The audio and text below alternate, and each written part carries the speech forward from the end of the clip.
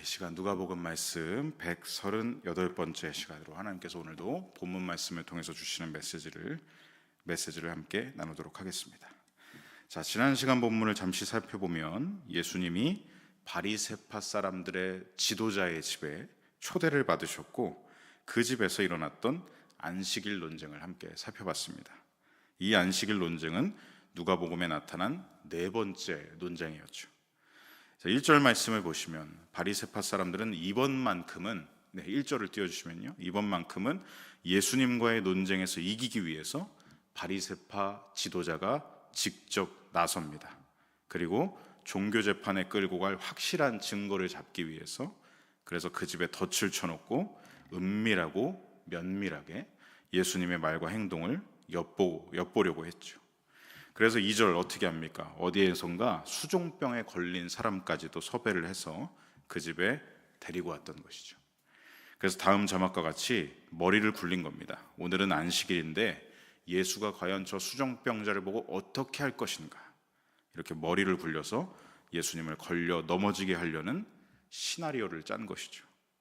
하지만 예수님은 그들이 짜놓은 이 시나리오를 다 알고 계셨고, 다음 자막과 같이 이번에도 역시 안식일에 담겨있는 신앙의 본질, 다음 자막, 신앙의 본질, 안식일에 담겨있는 하나님의 뜻이 무엇인지를 보여주시고 말씀하심으로 이 네 번째 논쟁에서 6절 어떻게 됩니까? 바리새파 사람들이 한마디도 대답하지 못하도록 그들이 잠잠하게 하신 이 말씀이었습니다.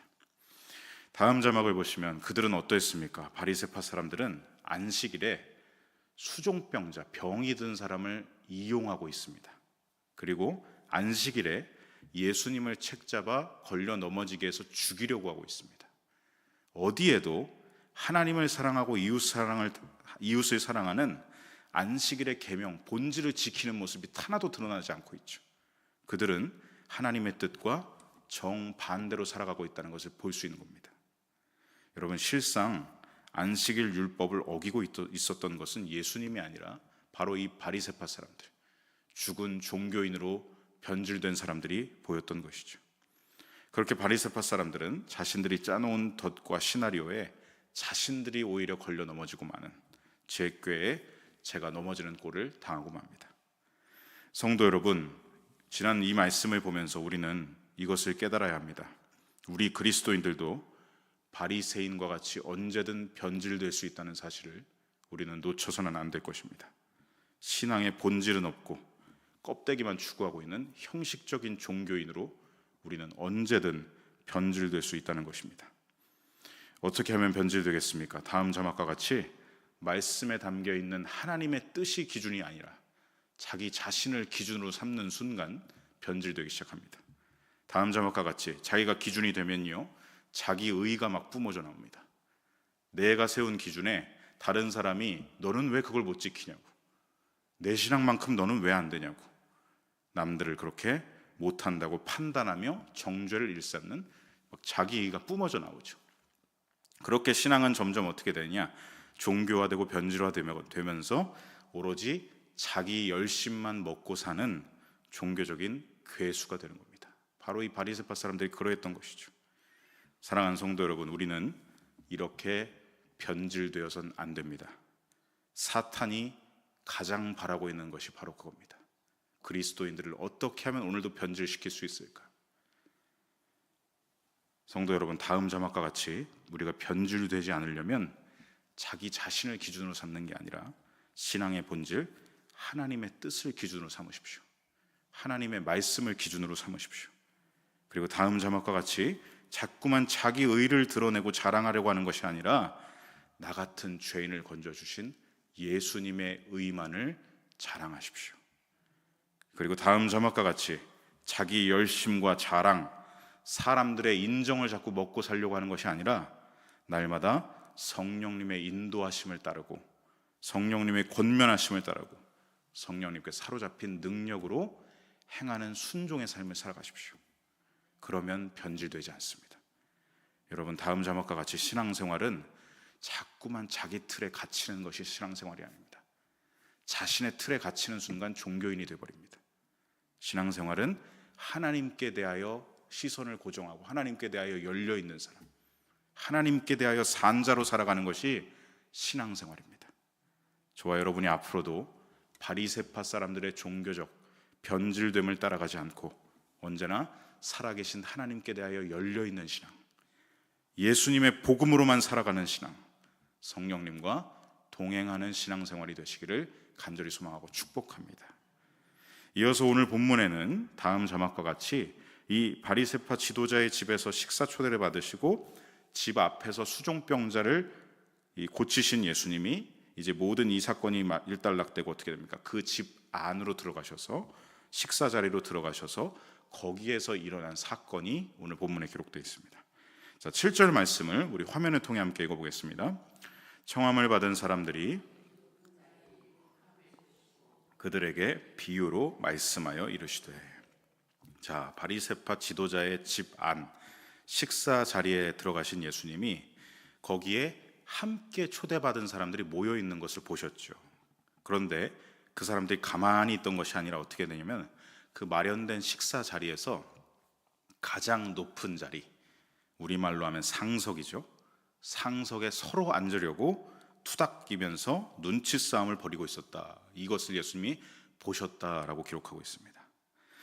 여러분, 이것을 알려면 우리가 당시 유대의 식사 자리, 이 문화를 좀 알아야 합니다. 예수님 당시 유대인들이 사람들을 집으로 초대해서 여러 사람이 함께 했던 식사 자리는요, 다음 이미지와 같았습니다. 예수님 시대의 유대인들은요, 그리스 로마의 영향, 문화적 영향을 많이 받아서 이렇게 우리로 치면 디귿자형이고, 그 유럽 문화에서 이제 U자형이라고 하죠. 이렇게 디귿자형, U자형 자리로 세팅된 낮은 식탁을 사용했는데, 이 식탁을 낮은 식탁을 3개를 놔서 디귿자, U자 형태로 놔서 이 이름을 로마에서는 트리클리니움 식탁이라고 불렀습니다. 근데 이 문화가 유대 땅에도, 예수님 당시에 유대 땅에도 영향을 끼치게 된 것이죠. 그래서 이러한 형태의 식탁에 왼편으로 비스듬히 기대서 이렇게 팔을 기대고 오른손으로 식사를 하고 다리는 바깥쪽으로 뻗는 이런 자세로 식사를 취했다고 합니다. 그래서 이것을 리클라이닝 자세, 기대는 자세라고 이렇게 다 이 이미지에 지금 보이고 계시죠. 상체는 어떻게 합니까? 식탁 방향으로 이렇게 왼쪽으로 팔꿈치를 기대서 오른팔을 쓸 수 있게 하고 다리는 바깥쪽으로 편하게 늘어뜨려서 이렇게 먹는, 마치 누워서 식사하는 모습 같죠. 이런 자세로 식사를 했다는 것입니다. 왼팔은 기대고 오른손으로 음식을 먹는. 자, 그래서 다음 이미지를 보시면요, 자, 이 이미지는 예수님이 12제자와 최후의 만찬, 우리가 레오나르도 다빈치의 최후의 만찬을 보면 일자로 된 식탁을 볼 수가 있는데, 실상 그것은 2000년 전 유대 문화와는 다른 이미지입니다. 그죠? 진짜 예수님 시대의 식탁은 이렇게 트리클리니움 식탁으로 해서 이렇게 자리를 배치한 것이죠. 이 유월절 식사를 하던, 최후의 만찬 유월절 식사를 하던 식탁을 재현해서 그린 그림입니다. 자, 그러면 당시 유대인들의 이 식사 자리에서 가장 높은 상석의 자리는 어디였을까요? 번호를 한번 골라보시겠습니까? 어디가 상석이었을까요? 상식적으로 보면 7번이 상석 같죠. 모든 사람을 다 볼 수 있는 가운데 자리가, 가장 가운데 자리가 상석이지 않을까? 아니면 시작 번호인 1번이 상석일까? 이렇게 생각하실 겁니다. 그런데 여러분, 가장 높은 자리 상석은요 2번이었다고 합니다. 2번 자리가 이 모임의 가장 귀빈이 앉는 자리, 그리고 1번은 집주인이 앉는 자리, 초대한 사람이 앉는 자리가 1번이었다는 것이죠. 그 다음으로 이제 중요한 사람 귀빈은 3번에 앉히고, 그렇게 해서 시계 방향으로 돌면서 점점 이제 그 지위가 낮아지고 13번이 가장 말석, 끝석, 그 모임에서 그렇게 중요하지 않은 사람이 앉는 자리가 바로 이 말석이었다라고 합니다. 자, 그러면 이런 배경에서 오늘 7절 말씀을 다시 보시면요, 이 식사 모임을 주최한 바리새파 지도자가 앉는 자리가 몇 번이겠습니까? 집주인이 1번에 앉겠죠. 그리고 이 모임의 귀한 손님 예수님 아니겠습니까? 예수님이 앉는 자리는 당연히 2번으로 설정을 해놨을 겁니다. 그런데 지금 초대를 받아서 미리 들어왔던 사람들이 서로 이 2번 자리를 앉으려고, 2번, 3번 자리를 앉으려고 서로 눈치 싸움을 엄청 투닥투닥 하고 있었던 겁니다. 여러분, 바리새파 지도자가 분명 예수님을 책잡기 위해서 초대한 불순한 의도를 가지고 예수님을 초대했다고는 하지만, 여러분, 그 의도를 들키지 않기 위해서는 예수님을 그래도 상석에 앉혀야 되지 않겠습니까? 그러면 바리새파 지도자, 그 모임에 초대된 사람들도 바리새파 사람들이었습니다. 그러면 서로 이미 의논을 하지 않았겠습니까? 상석은 예수를 앉힐 거니까 거기는 앉지 마라고 미리 약속을 했을 텐데, 이 지금 식탁 자리를 보자마자 바리새파 사람들은 서로 의논했던 그런 것들 다 안드로메다로 사라져버리고 어떻게든 2번 3번에 자기가 앉겠다고, 그런 모습을 지금 보이고 있는 거죠. 손발이 안 맞을 정도로 예수님이 들어오시면 작전 성공을 위해서 2번 자리를 내어드려야 되는데, 작전이고 뭐고 생각할 겨를도 없이 2번은 무조건 내 거야, 이렇게 서로 싸우고 있었다는 것이죠. 어떻게 보면 좀 어린아이 같죠. 그런데 그만큼 바리새파 사람들이요, 다음 자막과 같이 얼마나 교만한가, 얼마나 자기 의의를 드러내려고 하고 자기를 자랑하려고 하고 자기 지위와 체면을 추구하면서 살았는지, 신앙적인 모습이 아니라 정말 자기 의로 가득 차서 어떻게 하면 나를 뿜뿜할 수 있을까, 자랑할 수 있을까, 이거에만 혈안이 되었다는 것을 이 7절 상반절만 봐도 알 수가 있는 것입니다. 예수님을 책잡자는 이 덫을 놓은 작전의 집중도도 사라질 만큼 이들은 교만으로 가득했던 것입니다. 여기서 내가 가장 존경받는 사람의 자리에 앉겠다, 내가 저 자리에 앉겠다, 여기만 기를 쓰고 혈안이 되어 있던 것입니다. 그들의 이러한 모습을 보신 예수님이요, 그들에게 비유로 말씀하기 시작하십니다. 8절로 9절 말씀 함께 읽어보겠습니다. 네가 누구에게나 혼인잔치의 청함을 받았을 때, 그렇지 않으면 너보다 더 높은 사람이 청함을 받은 경우에 너와 그를 청한 자가 와서 너더러 이 사람에게 자리를 내주라 하리니 그때 네가 부끄러워 끝자리로 가게 되리라. 자, 예수님은 지금 상황이 아닌 것처럼 비유로 말씀하시죠. 너희가 혼인잔치의 청함을 받았을 때라고 이렇게 비유로 말씀하셨지만, 당시에 이 높은 자리, 상석을 두고 신경전을 벌이고 있었던 이 바리새파 사람들이, 이거 우리들한테 하는 말씀이구나, 누구나 알아들을 수 있을 정도로 쉬운 비유로 말씀하셨습니다. 너희들 혼인잔치의 청함을 받았을 때 높은 자리에 앉지 말아라, 높은 자리에 앉지 말아라. 그러면서 이유를 말씀하시죠. 그 자리에 초대를 받은 사람들 가운데 너보다 높은 사람이 뒤이어 들어오면, 온 경우 너와 그 사람을 초대한 집주인이 어떻게 한다고 합니까? 여기 앉으면 안 돼, 이분에게 자리를 내어드려, 이렇게 비키라고 얘기를 한다는 것이죠. 그러면 높은 자리를 먼저 선점해서 앉아있던 이 사람이 얼마나 얼굴이 화끈거리겠습니까? 다 그 자리에 초대받은 사람들이 다 지켜보고 있는 가운데 끝자리로, 자리가 없으니까, 이미 다 자리를 차지하고 있으니까 끝자리 13번 좌석으로 가서 앉는 것이죠. 얼마나 얼굴이 화끈거리고 부끄럽겠느냐, 그 말씀을 하고 계신 겁니다. 이 말씀을 아마 우리 속담에서 비슷한 속담을 찾아본다면 이 속담이 아닐까 싶습니다. 떡 줄 사람은 생각도 하지 않는데 김치국부터 마신다. 줄 사람은 생각도 안 하는데 혼자 미리 넘겨짚어서 내가 이 모임에서 가장 존경받는 사람이지 라고 교만하고 경솔하게 행동하는 사람, 이 사람을 지금 꼭 집어서 예수님 말씀하고 계신 것이죠. 혼인잔치에 초대를 받았을 때 주인의 안내도 없이 섣부르게 혼자 경솔하고 교만하게 자기가 가장 높은 사람인 줄 알고 상석에 앉는 행동을 하지 마라. 그 자리에 너보다 높은 사람이 오면 너는 결국 끝자리로 옮기게 되는 수모를 당하게 될 것이다. 예수님은 초대를 받았을 때 부끄러움을 당하는 이 상황을 얘기하시고, 뒤이어 10절에는 그러면 부끄러움을 당하지 않는 방법이 무엇인지를 또 알려주시죠. 10절 말씀 함께 읽어보겠습니다. 청함을 받았을 때에 차라리 가서 끝자리에 앉으라. 그러면 너를 청한 자가 와서 너더러 벗이어 올라앉으라 하리니 그때에야 함께 앉은 모든 사람 앞에서 영광이 있으리라. 초대를 받으면 차라리 그냥 처음부터 13번 맨 끝자리로 가서 앉아 있어라. 그러면 너를 초대한 집주인이 어떻게 하겠니? 이렇게 너를 대우하지 않겠느냐? 친구여, 벗이여, 왜 거기 앉아? 이리 올라와 앉아. 윗자리로 올라앉게.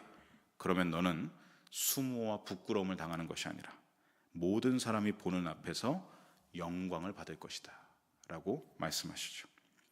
예수님이 이 비유의 교훈을 하신 것, 아마도 잠언 25장 6절로 7절 말씀을 적용해서 이들에게 교훈하여 가르치신 것 같습니다. 우리 잠언 25장 6절로 7절 말씀 함께 읽어보겠습니다. 왕 앞에서 스스로 높은 채 하지 말며 대인들의 자리에 서지 말라. 이는 사람이 내게 이리로 올라오라고 말하는 것이 내 눈에 보이는 귀인 앞에서 저리로 내려가라고 말하는 것보다 나음이니라. 아멘. 예수님의 교훈과 굉장히 비슷하죠. 성경을 잘 아는 바리새파 사람들이 알아들을 수 있도록 잠언 말씀을 비유로 교훈하고 계신 것입니다. 그들이 메시지를 알아들을 수 있도록 전한 것이죠. 여러분, 예수님이 하고 계시는 이 비유의 메시지, 이 비유의 말씀은요, 그 뜻이 분명합니다. 이 비유의 결론을 마지막 11절에 분명하게 말씀하십니다. 11절 말씀 함께 읽어보겠습니다. 무릇 자기를 높이는 자는 낮아지고 자기를 낮추는 자는 높아지리라. 아멘. 바리새파 사람들, 너희 스스로만 자꾸 높아지는 자기 의의를 막 쌓아가면서 교만하지 말고 자기를 낮추는 겸손으로 나아가라. 바로 이 메시지를 주고 계신 겁니다.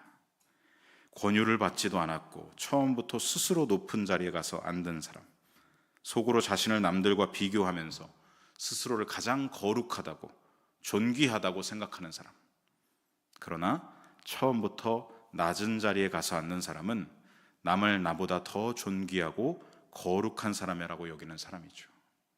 처음부터 여러분, 마음에 품는 생각이 달라야 된다는 겁니다. 마음 중심이 신앙인이라면 마음 중심이 세상 사람들과 달라야 된다는 거 말씀하는 것이죠. 바울 사도는 예수님의 이 가르침을 잘 알고 있었기 때문에 빌립보서 2장 3절에 이렇게 기록했습니다. 함께 읽어보겠습니다. 아무 일에든지 다툼이나 허용으로 하지 말고 오직 겸손한 마음으로 각각 자기보다 남을 낮게 여기고. 이 낮게 발음 잘 하셔야 됩니다. 여기서 낮게는 지읒 받침이 아니라 시옷 받침입니다. 이것 지읒으로 적용하는 분들이 굉장히 많습니다. 나보다 남을 낮게 여기고가 아니라 나보다 남을 높게 여기라, 나은 사람으로 여기라, 존귀한 사람으로, 거룩한 사람으로 여기라는 말씀이죠. 오늘 본문의 예수님의 가르침, 그리고 이 바울 사도가 확정하고 있는 이 메시지는요, 나보다 다른 사람을, 다른 영혼을 거룩한 존재로, 나은 존재로, 존귀한 자로 여기라는 것입니다. 그리고 예수님은 이렇게 말씀하셨을 뿐만 아니라, 이렇게 가르치셨을 뿐만 아니라 그대로 어떻게 나아가십니까? 이 세상에서 가장 끝자리, 죽음의 자리, 낮은 자리, 십자가의 자리로 투벅투벅 나아가셨습니다. 먼저 상석의 영광에 앉으려고 나가신 게 아니라 모든 사람을 위해 자기 생명을 내어주는 끝자리로 나아가서 다른 우리 영혼들을 존귀하게 여겨주시고 우리 영혼들을, 죄인이었던 우리를 의인으로 만드시기 위해서, 거룩하게 하시기 위해서 스스로 끝자리로 가셨다는 것이죠. 여러분, 예수님은 스스로 저 끝자리 말석으로 나아가셨습니다. 말씀하셨을 뿐만 아니라 행함으로 보이셨습니다. 그리고 바울 사도도 어땠습니까? 나는 날마다 죽노라 고백하면서 자신의 구주 되신 예수님을 따라 항상 끝자리로 나아간 사람이 바울 사도였죠. 여러분, 그렇게 가장 낮은 자리로 나아가신 예수님은 하나님이 예수님을 높이셨습니다. 가장 말석으로 처음부터 나아가신 예수님을 하나님 아버지께서 예수님을 높이셨습니다. 빌립보서 2장 6절로 11절까지 말씀, 우리 길지만 함께 같이 읽어보겠습니다. 그는 근본 하나님의 본체시나 하나님과 동등됨을 취할 것으로 여기지 아니하시고 오히려 자기를 비워 종의 형체를 가지사 사람들과 같이 되셨고 사람의 모양으로 나타나사 자기를 낮추시고 죽기까지 복종하셨으니 곧 십자가에 죽으심이라. 이러므로 하나님이 그를 지극히 높여 모든 이름 위에 뛰어난 이름을 주사 하늘에 있는 자들과 땅에 있는 자들과 땅 아래에 있는 자들로 모든 무릎을 예수님의 이름에 꿇게 하시고 모든 입으로 예수 그리스도를 주라 시인하여 하나님 아버지께 영광을 돌리게 하셨느니라. 이 말씀 너무나 잘 아시는 말씀이죠. 예수님은 근본 하나님과 동일한 몸, 한 몸 본체시나 스스로 자기를 비워 종의 형체로 가장 끝자리 말석으로 십자가의 자리까지 낮아지셨다. 그러자 하나님 아버지께서 그를 높여 만주의 주가 되게 하셨다. 바로 이 말씀입니다. 여러분, 이 말씀을요, 예수님의 사도들은 그대로 따라갔습니다. 베드로, 예수님의 수제자 베드로 어떻게 했을까요? 예수님이 삶으로 전하신 이 가르침을요, 그대로 따라갔습니다. 베드로전서 5장 5절 말씀 함께 읽어보겠습니다. 젊은 자들아, 이와 같이 장로들에게 순종하고 다 서로 겸손으로 허리를 동이라. 하나님은 교만한 자를 대적하시되 겸손한 자들에게는 은혜를 주시느니라. 아멘. 또한 예수님의 친동생이었던, 그리고 예루살렘 교회의 지도자가 되는 야고보 역시도요, 예수님의 가르침을 그대로 자기 야고보서에 기록하고 있습니다. 야고보서 4장 10절 말씀 함께 읽어보겠습니다. 주 앞에서 낮추라. 그리하면 주께서 너희를 높이시리라. 아멘. 여러분, 성경 곳곳에 하나님 나라의 교훈의 메시지가 이렇게 기록되어 있습니다. 우리 그리스도인 성도들이 따라야 할 메시지를 곳곳마다 기록하여 우리에게 주고 계신 것이죠. 다음 자막과 같이 여러분, 그리스도인 성도는 누구인가를 이 메시지를 통해 우리는 알아야 합니다. 우리는 어떤 사람들입니까? 예수님을 따라 자신을 낮추는 종의 마음을 가진 사람들이 바로 그리스도인이요 성도입니다. 예수님이 우리에게 주신 구원을 통해서 시작되었죠. 이 변화가 시작되죠. 마음 중심의 변화가 시작이 됩니다. 그래서 과정은 어떻게 됩니까? 교만의 자리를 자꾸만 떠납니다. 교만의 자리를 추구하는 게 아니라 교만의 자리를 떠나서 자기 십자가를 지라 말씀하신 명령을 따라서 겸손의 자리, 낮은 자리를 선택하고 섬김으로 나아가고 헌신으로 나아가고 다른 사람을 나보다 높이며 깔보고 정죄하고 비방하는 게 아니라, 판단하는 게 아니라 남을 높이며 나아가는 사람들, 우리가 이 과정을 살아가는 거죠. 그 결과 어떻게 됩니까? 그리스도인 성도가 이 땅에서 그러한 과정을 살아가면 결과 그날에 하나님 나라 혼인잔치에 초대를 받고 가서 집주인이신, 하나님 나라의 그 집주인이신 하나님께서 우리를 칭찬해 주시고 영광의 면류관을 씌워 주실 겁니다. 여러분, 우리는 그렇게 살아가는 사람들입니다. 세상과 다른 차원으로 살아가는 사람들이 바로 우리라는 것이죠. 여러분, 이게 바로 예수님을 따르는 사람들의 자리요, 바울, 베드로, 야고보와 같이 우리 신앙의 선배들이 계속해서 나아갔던 낮은 겸손의 자리라는 것을 잊지 마시기 바랍니다. 오늘 주신 이 본문 말씀에 맺으면서 저와 여러분에게 주시는 적용할 수 있는 메시지를 함께 나눠봅니다. 성도 여러분, 다음 자막과 같이 우리의 사람의 거룩함, 우리 사람의 가치는요, 우리가 스스로 만들어내거나 우리가 스스로 결정하는 것이 아닙니다. 그럴수록 우리는 교만의 자리로 나아갈 수밖에 없습니다. 자기의와 열심으로 막 교만의 자리에 나가죠. 그러면 오늘 예수님 말씀하셨습니다. 수치와 부끄러움을 얻게 될 것이다. 사람의 가치, 사람의 존귀함, 사람의 거룩함은요, 우리가 스스로 만드는 것도 아니고 스스로 결정하는 것도 아니고 다음 자막과 같이 하나님이 우리에게 주시는 것이고 하나님이 결정해 주시는 겁니다. 그게 바로 구원이 아니겠습니까? 그러므로 저와 여러분은요, 다음 자막과 같이 예수님을 영접하여 구원받은 그리스도인답게 십자가로 나아가신 예수님을 따라가는 사람들답게 마음 중심이 다음 자막과 같이 할례를 받아 새롭게 변화된 사람답게 교만을 도려내시고 할례 도려내시고 겸손의 자리로 나아가시기 바랍니다. 연약한 우리의 육체의 본성이 자꾸만 옛사람이 우리를 교만의 자리에 앉으라고, 네가 높아지면 어떠냐고 자꾸 우리를 끌어들일 때 그 교만을 십자가에 못 박으시기 바랍니다. 그것이 우리에게 주신 영적 할례입니다.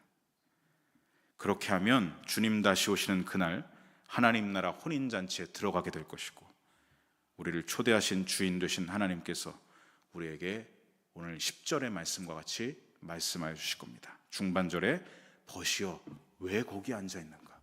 친구여 이리 올라와 내 옆에 앉게. 하나님께서 우리를 그렇게 존귀한 자리, 영광의 자리로 앉혀주신다고 말씀하시죠. 사랑하는 성도 여러분, 여기 모인 저와 여러분 모두 그날에 하나님 앞에 함께 서게 되기를 간절히 소망합니다. 그리고 하나님으로부터 이러한 칭찬을 들으면서 하나님의 칭찬과 승리와 영광의 존귀한 자리로 인도함 받는 저와 여러분 되시기를 간절히 소망하고 축복합니다. 아멘.